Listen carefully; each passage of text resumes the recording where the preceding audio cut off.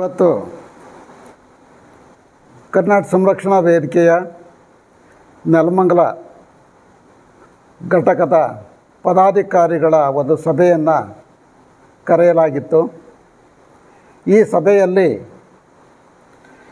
ವೃಷಭಾವತಿ ನದಿಗೆ ಸಂಬಂಧಪಟ್ಟಂತೆ ಕನ್ನಡಿಗರಿಗೆ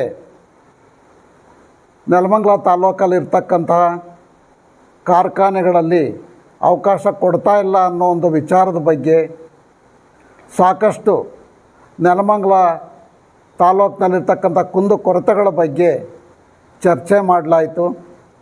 ಹೊಸ ಪದಾಧಿಕಾರಿಗಳಿಗೆ ಆದೇಶ ಪತ್ರವನ್ನು ವಿತರಣೆ ಮಾಡಲಾಗಿದೆ.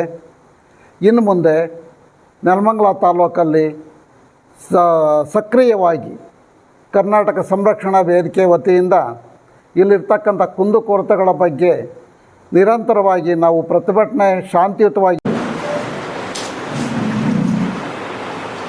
ಸರ್, ಇವತ್ತು ಮೊದಲನೇದಾಗಿ ನಮ್ಮ ಕರ್ನಾಟಕ ಸಂರಕ್ಷಣಾ ವೇದಿಕೆ ವತಿಯಿಂದ ತಾಲೂಕು ಮಟ್ಟದ ಪದಾಧಿಕಾರಿಗಳ ಆಯ್ಕೆಯನ್ನ ನಮ್ಮ ರಾಜ್ಯಾಧ್ಯಕ್ಷರು ಆಯ್ಕೆ ಮಾಡಿದ್ರು ಈ ಹಿಂದೆ. ಇವತ್ತು ಅವ್ರಿಗೆಲ್ಲರಿಗೂ ಸಹ ಆದೇಶ ಪತ್ರ ನೀಡುವುದರ ಮೂಲಕ ಅವ್ರನ್ನ ಅಧಿಕೃತವಾಗಿ ಇಂದಿನಿಂದ ಈ ಕೂಡಲೇ ಘೋಷಣೆ ಮಾಡಿರ್ತಾರೆ.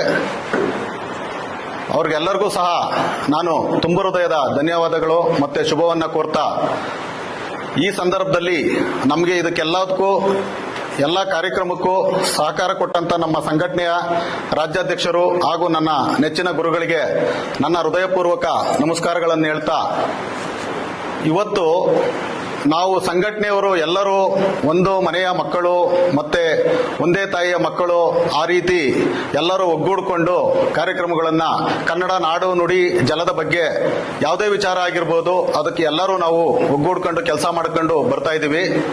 ಏನಪ್ಪ ಈ ಸಂದರ್ಭದಲ್ಲಿ ನಾನೊಂದು ವಿಚಾರವನ್ನು ಹೇಳಕ್ಕೆ ಇಚ್ಛೆ ಪಡ್ತೀನಿ. ನಾವು ತಿನ್ನೋಂಥ ಆಹಾರ, ಕುಡಿಯುವಂಥ ನೀರು, ಸೇವಿಸುವಂಥ ಗಾಳಿ ತುಂಬಾ ಅತ್ಯುತ್ತಮವಾಗಿ ನಮಗೆ ಬೇಕಾಗಿರೋಂಥ ಪ್ರಕೃತಿದತ್ತವಾಗಿ ಸಿಗೋಂಥದ್ದು, ಅದು ಅಮೂಲ್ಯವಾದಂತಹ ವಸ್ತು. ಅದು ಏನಾಗಿದೆ ಅಂತಂದ್ರೆ ಇವತ್ತು ನಮ್ಗಾಲೆ ಸುಮಾರು ವಾಯು ಮಾಲಿನ್ಯದ ತೊಂದರೆ ಆಗಿದೆ, ಈಗಾಗಲೇ ಅನುಭವಿಸ್ತಾ ಇದ್ದೀವಿ.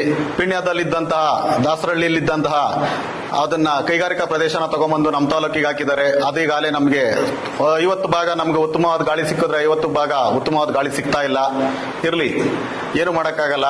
ಅದನ್ನ ನಾವು ಈಗ ಗಿಡ ಮರ ನೆಡೋದ್ರ ಮುಖಾಂತರ ಸ್ವಲ್ಪ ವಾಯುವನ್ನ ನಾವು ಉತ್ತಮವಾಗಿ ಸಿಗುವಂತ ಅಮೂಲ್ಯವಾಗಿ ನಾವು ಮಾಡ್ಕೊಳ್ಳೋ ರೀತಿ ಪ್ರಯತ್ನ ಮಾಡ್ತಾ ಇದ್ದೀವಿ. ತದನಂತರ ಈಗೇನಪ್ಪಾ ಅಂತಂದ್ರೆ, ಈಗ ನಮ್ಗೆ ವೃಷಭಾವತಿ ನೀರು, ಕೊಳಚೆ ನೀರು, ಆ ನೀರು ನಮ್ಮ ತಾಲೂಕಿಗೆ ಯಾವುದೇ ಕಾರಣಕ್ಕೂ ಬೇಕಾಗಿಲ್ಲ. ಅದು ನಮ್ಮ ನೆಲಮಂಗಲ ತಾಲೂಕು ನಮ್ಮ ತಾಲೂಕಿನ ಜನತೆಯ ಸೊತ್ತು ಹೊರತು ಯಾವುದೇ ಸರ್ಕಾರದ ಸೊತ್ತಲ್ಲ ಅಂತ ಈ ಸಂದರ್ಭದಲ್ಲಿ ನಾನು ಹೇಳಕ್ಕೆ ಇಚ್ಛೆ ಪಡ್ತೀನಿ. ಮುಂದಿನ ದಿನಗಳಲ್ಲಿ ನಮ್ಮ ಕನ್ನಡ ಪರ ಸಂಘಟನೆಗಳು ಮತ್ತು ನಮ್ಮ ರೈತ ಪರ ಸಂಘಟನೆಗಳು ಎಲ್ಲಾ ರೀತಿ ಏನು ನಮ್ಮ ತಾಲೂಕಿನಾದ್ಯಂತ ಯಾವ ರೀತಿ ಸಂಘಟನೆಗಳಿದೆಯೋ ಎಲ್ಲಾ ಸಂಘಟನೆಗಳು ನಾವು ಒಂದು ಕೈಯಲ್ಲಿ ಒಂದು ಹಿಡಿತದಲ್ಲಿ ನಾವೆಲ್ಲರೂ ಕೂತು ಇದೇ ಐಬಿನಲ್ಲಿ ತಮ್ಮೆಲ್ಲರನ್ನೂ ಸಹ ಕರೆದು ಒಂದು ಪ್ರೆಸ್ ಮೀಟ್ ಮಾಡಿ ಎಲ್ಲಾ ನಮ್ಮ ಸಂಘಟನೆಯವರೆಲ್ಲರೂ ಸಹ ನಾವು ಒಂದು ಅಂತ ಹೇಳಿ ನಾವು ಬಲವಾಗಿ ಎಲ್ಲಾ ಸಂಘಟನೆಯವರ ಹತ್ರನೂ ಮಾತಾಡಿ ನಮ್ಮ ರಾಜ್ಯಾಧ್ಯಕ್ಷರ ಸಮ್ಮುಖದಲ್ಲಿ ಮತ್ತು ನಮ್ಮ ಎಲ್ಲ ಕನ್ನಡ ಪರ ಸಂಘಟನೆಗಳ ರಾಜ್ಯಾಧ್ಯಕ್ಷರು ಸುಮಾರು ಜನ ನಮ್ಮ ತಾಲೂಕಿನ ಮತ್ತು ಬೆಂಗಳೂರು ನಗರ ಪ್ರದೇಶದಲ್ಲಿದ್ದಾರೆ.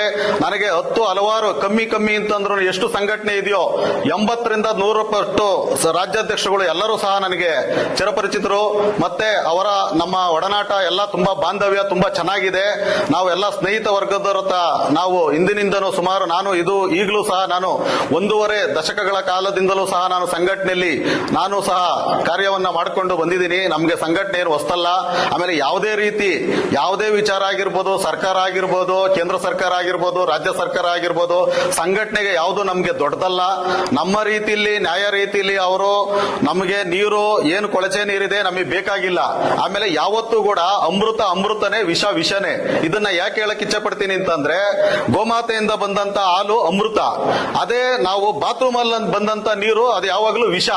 ಅರ್ಥ ಆಯ್ತು ಹೇಳಿದ್ದು? ಈ ಸಂದರ್ಭದಲ್ಲಿ ನಾನು ಹೇಳೋದಕ್ಕೆ ಇಚ್ಛೆ ಪಡ್ತೀನಿ, ಅಮೃತನ ನಾವು ಯಾವುದೇ ಕಾರಣಕ್ಕೂ ಅಮೃತಾಗೆ ಬಳಸಬಹುದು ಹೊರತು ಅಮೃತನ ನಾವು ಯಾವಾಗಲೂ ಸಹ ಅಮೃತವಾಗಿ ಬಳಸಬಹುದು ಹೊರತು ನಾವು ಯಾವುದೇ ಒಂದು ಗಲೀಜಾಗಿರ್ಬೋದು ಮತ್ತೊಂದು ಆಗ್ಬೋದು ಯಾವುದೇ ರೀತಿ ಆ ನೀರನ್ನ ನಾವು ಎಷ್ಟೇ ಪರಿಶುದ್ಧ ಮಾಡಿದ್ರು ಪ್ರಮಾಣವಾಗಲೂ ಅದು ಅಮೃತ ಆಗಲ್ಲ. ಮುಂದಿನ ದಿನಗಳಲ್ಲಿ ನಾವು ನಮ್ಮ ಮಕ್ಕಳಾಗಿರ್ಬೋದು ಮತ್ತೆ ತಿರ್ಗಾ ನಮ್ಮ ಯುವ ಪೀಳಿಗೆ ಆಗಿರ್ಬೋದು, ನಾವು ಬರೇ ನಂದು ಸ್ವಾರ್ಥ ಹೇಳ್ತಾ ಇಲ್ಲ, ನಮ್ಮ ಎಲ್ಲರ ಮಕ್ಕಳು ಅಂದ್ರೆ ನಮ್ಮ ನೆಲಮಂಗಲ ತಾಲೂಕಿನ ಎಲ್ಲ ಜನಗಳ ಮಕ್ಕಳು ಮತ್ತೆ ಅವರ ಮೊಮ್ಮಕ್ಕಳು ಮತ್ತೆ ಯುವ ಪೀಳಿಗೆಗೆ ಎಲ್ಲರಿಗೂ ಸಹ ಕುಂದುಕೊರತೆ ಆಗ್ತದೆ. ಆಮೇಲೆ ಏನಾಗ್ತದೆ ಅಂತಂದ್ರೆ ಆ ನೀರ್ನ ನಾವು ಈಗ ಗಾಳಿನೇ ನಮಗೆ ಸರಿಯಾಗಿ ಸಿಗ್ತಾ ಇಲ್ಲ, ನಮಗೆ ದೇಹಕ್ಕೆ ಸ್ವೀಕರಿಸಂತ ನೀರು ಸಹ ವಿಷ ಆದ್ರೆ ಮುಂದೆ ಮಕ್ಕಳು ಏನಾಗ್ತಾರೆ ಅಂದ್ರೆ ಕುಬ್ಜ ಆಗ್ತಾರೆ. ಅಂದ್ರೆ ಕೈ ಕಾಲು ಮತ್ತೊಂದು ಅದು ಕರೆಕ್ಟ್ ಆಗಿ ಇರೋದಿಲ್ಲ, ಹ್ಯಾಂಡಿಕ್ಯಾಪ್ಟ್ ಆಗಿ ಹುಟ್ಟುತ್ತಾರೆ. ಅದನ್ನ ಕನ್ನಡದಲ್ಲಿ ಕುಬ್ಜ ಅಂತ ಹೇಳ್ತಾರೆ. ಅದು ಆ ರೀತಿಯ ಬೆಳವಣಿಗೆ ನಾವು ಕಣ್ಮುಂದೆ ನಾವು ನೋಡ್ಬೇಕಾ? ಆ ಕರ್ಮ ನಮಗೆ ಬೇಕ್ರಾ? ದಯವಿಟ್ಟು ಬೇಕಾಗಿಲ್ಲ. ಹಾಗಾಗಿ ನಾವು ಮುಂದಿನ ದಿನಗಳಲ್ಲಿ ಎಲ್ಲ ನಮ್ಮ ರಾಜ್ಯಾಧ್ಯಕ್ಷರ ಸಹಾಯದೊಂದಿಗೆ ಮತ್ತು ನಮ್ಮ ಕನ್ನಡ ಪರ ಎಲ್ಲಾ ಸಂಘಟನೆಗಳ ಸಹಾಯದೊಂದಿಗೆ ಮತ್ತು ರೈತ ಪರ ಸಂಘಟನೆಯ ಸಹಾಯಗಳೊಂದಿಗೆ ನಾವು ಇದರ ಬಗ್ಗೆ ಉಗ್ರವಾದ ಹೋರಾಟವನ್ನ ಮಾಡ್ತೀವಿ. ಯಾವುದೇ ಕಾರಣಕ್ಕೂ ಶತಾಗತ ಯಾವುದೇ ಕಾರಣಕ್ಕೂ ನಾವು ವೃಷಭಾವತಿ ನೀರನ್ನ ನೆಲಮಂಗಲಕ್ಕೆ ಬಿಟ್ಕೊಳ್ಳೋದಕ್ಕೆ ನಾವು ಇಷ್ಟಪಡಲ್ಲ. ಇಷ್ಟ ಹೇಳ್ತಾ ನನ್ನ 2 ಮಾತುಗಳನ್ನ ಮುಗಿಸ್ತೀನಿ. ಜೈ ಹಿಂದ್, ಜೈ ಕರ್ನಾಟಕ.